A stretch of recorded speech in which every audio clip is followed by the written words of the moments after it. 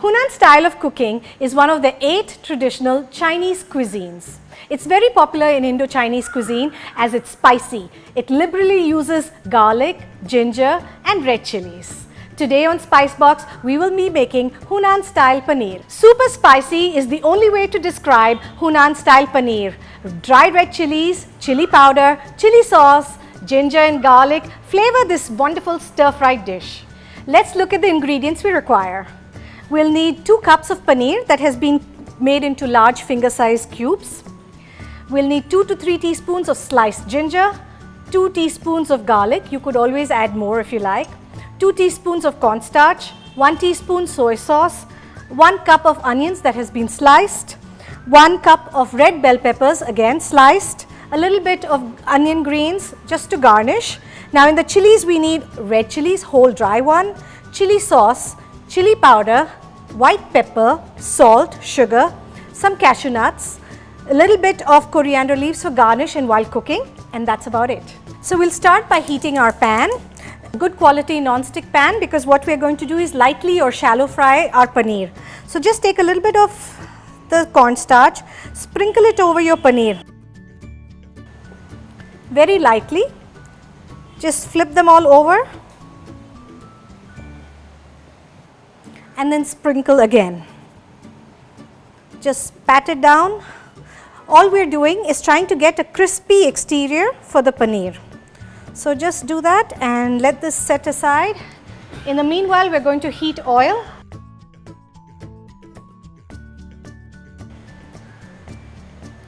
About 3 teaspoons.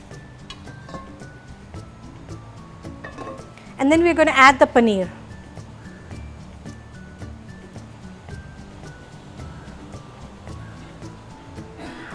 Now if you'd like, you could also use tofu instead of paneer, which is just as healthy and has lesser fat.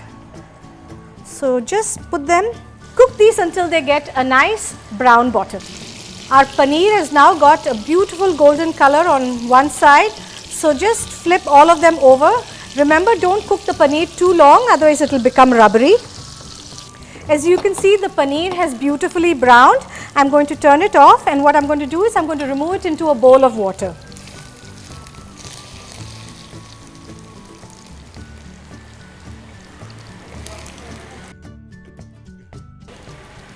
The reason we add this to the water is for 2 reasons. Once, if there's any excess oil, it floats to the top. And second, because the paneer has been cooked, if you put it in the water, it nicely softens so that when it's cooked in the dish, it will have a wonderful texture. We're now going to cook our cashews to a golden color. We'll need about 2 tablespoons. Just lightly fry them until they have a wonderful golden exterior. Our cashews are nice and toasted. We're just going to remove it from the pan. So turn it off. Let all the excess oil drain. Just lift it up and put it aside. Now we're going to cook the rest of the ingredients. As you can see, the oil is still there in the pan, so I'm not going to add anything extra. I'm going to add the garlic. If you like the flavor of garlic, you can always add more.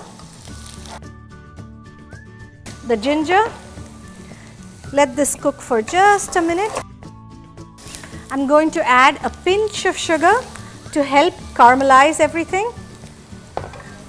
When the garlic emits an aroma, just pull it to the side of the pan and then add your chilies.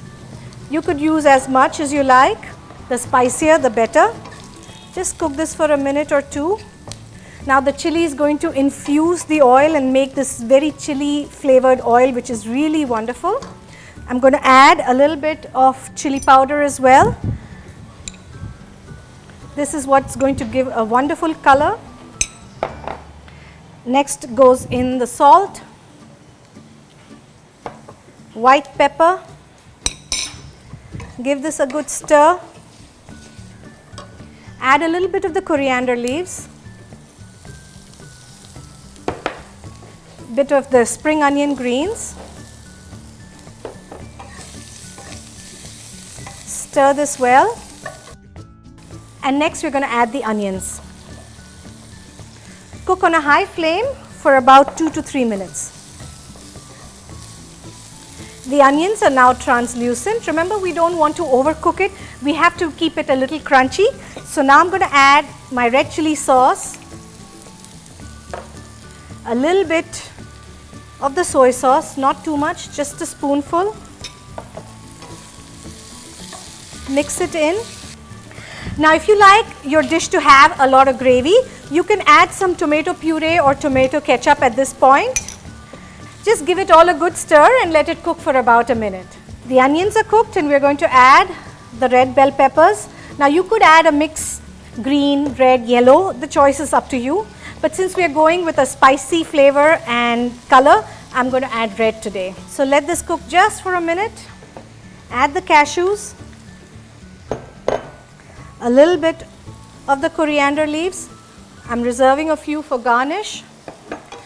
Mix it in really well. Today I have used paneer, which is a great source of protein, but you could also use tofu. Or if your family eats meat, you could always substitute it with boiled chicken, shrimp, or even fish. It'll taste just as good. So we're going to let this cook for just a minute. I'm going to sprinkle a little water to help the paneer absorb the flavors from the gravy. Now if you want the dish to have a lot of gravy, you could go ahead and add half a cup to 3/4 of cup water.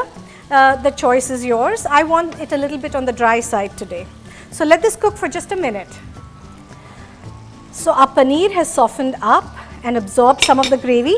Now we are going to add our corn flour slurry.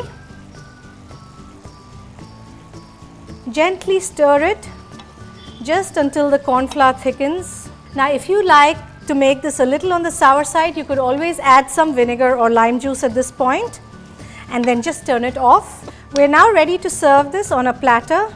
Just look how gorgeous this dish looks. One thing that you must take care while serving paneer is you serve it when it's still nice and warm. If you reheat by microwaving, the paneer becomes hot.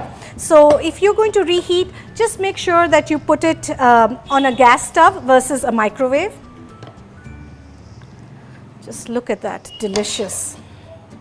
And finally garnish it with the spring onion greens and coriander leaves. I'm sure you're going to enjoy this dish.